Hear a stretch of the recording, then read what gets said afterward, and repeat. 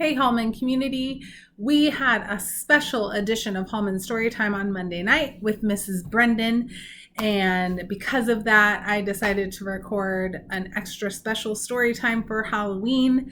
I had planned to read this book on Monday night before Mrs. Brendan shared with us her awesome story that she recorded at her sister's house. And I love the Berenstein Bears books. These were one of my favorite books when I was a child growing up. I loved reading all of them. And so I was really excited to share this story with you. And I thought it doesn't hurt to have an extra story time. So enjoy this Thursday night special Halloween edition of the Berenstein Bears Trick or Treat.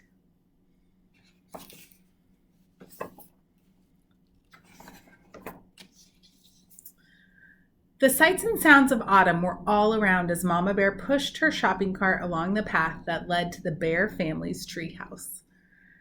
The trees and shrubs were ablaze with color. Farmer Ben's pumpkins stood bright orange in the October sun. The crows cawed noisily as they searched the stubble for bits of corn. Wild geese in great V formations honked high in the sky as they flew south.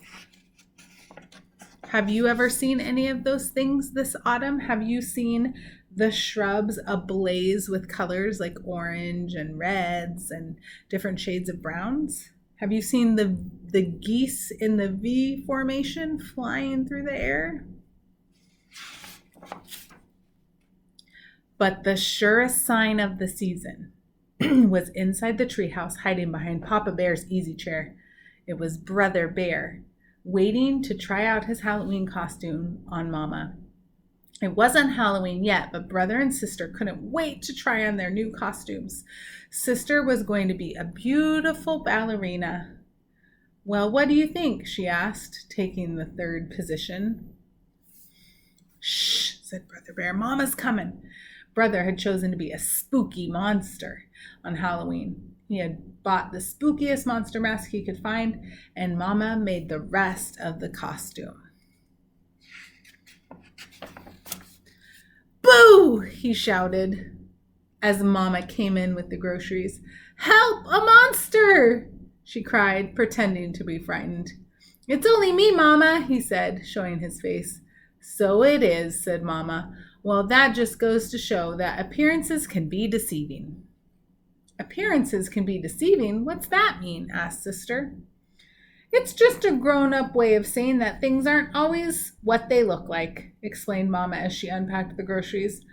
Look, goodies, said Brother. Hands off, please, said Mama. Those are for trick-or-treaters who come to our house tomorrow night.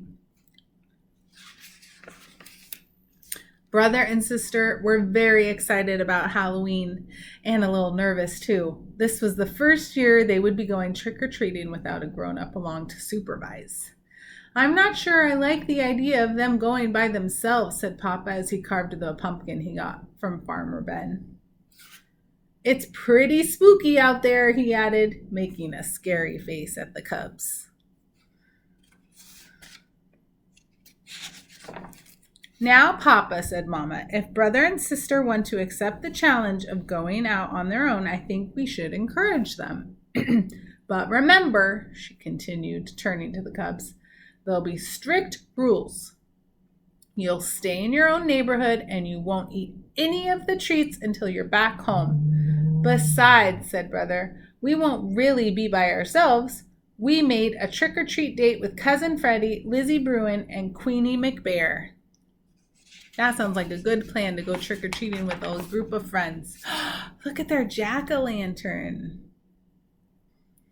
There, said Papa, putting the finishing touches on the jack-o'-lantern. Then he lit a candle inside it and turned out all the lights. It was pretty scary. The next day, brother and sister began planning the trick-or-treat route they'd follow that night. Brother got a pencil and paper and made a map of the neighborhood. That way, he explained, they wouldn't miss anybody.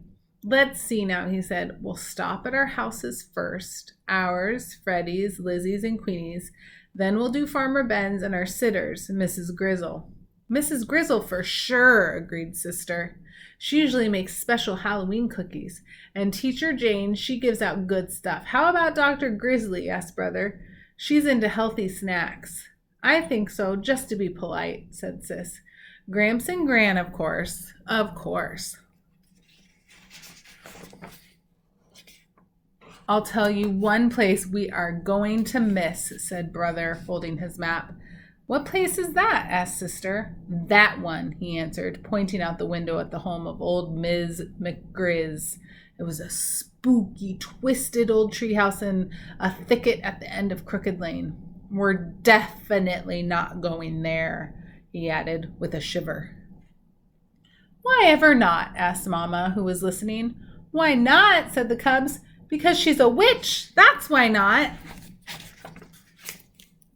What utter nonsense, protested Mama.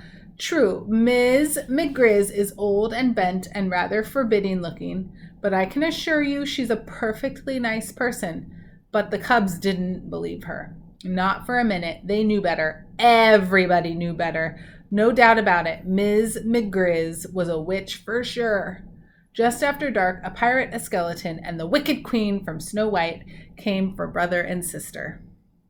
They were Freddie, Lizzie, and Queenie, of course, and together they ventured out into the darkness with their trick-or-treat bags. You see all their costumes? They look awesome. Before they could get started collecting Halloween goodies, they were joined by some worrisome company. Too Tall Grizzly and his gang out for mischief. Too Tall didn't waste any time trying to get Brother, Sister, and their friends to go along with him and his gang. Come on! We'll show you goody-goodies how to have some real Halloween fun, he said, pulling Brother along with him. What sort of fun? Asked Brother warily. Oh, you might say we're going to put the trick back in trick-or-treat, he said, chuckling. It was so dark that Brother and the others didn't notice where they were heading. Hey, said Sister, this is Crooked Lane. That's right, said Too Tall. We're going to play a few tricks on old Witch McGriz. What sort of tricks? Asked Brother.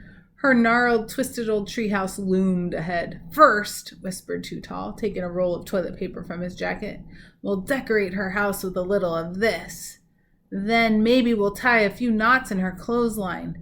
Then smear some honey on her broomstick so she'll stick to it when she tries to fly away. But before Too Tall and his gang could start their mischief, the front door opened and a bright yellow light stabbed the darkness. And there in the doorway stood the frightening figure of old Ms. McGriz. Aha! She said in a gravelly voice. I'm ready for you. She then led the terrified cubs into a cozy living room. To their great surprise, there was a big tray of beautiful candy apples, all prepared for Halloween visitors.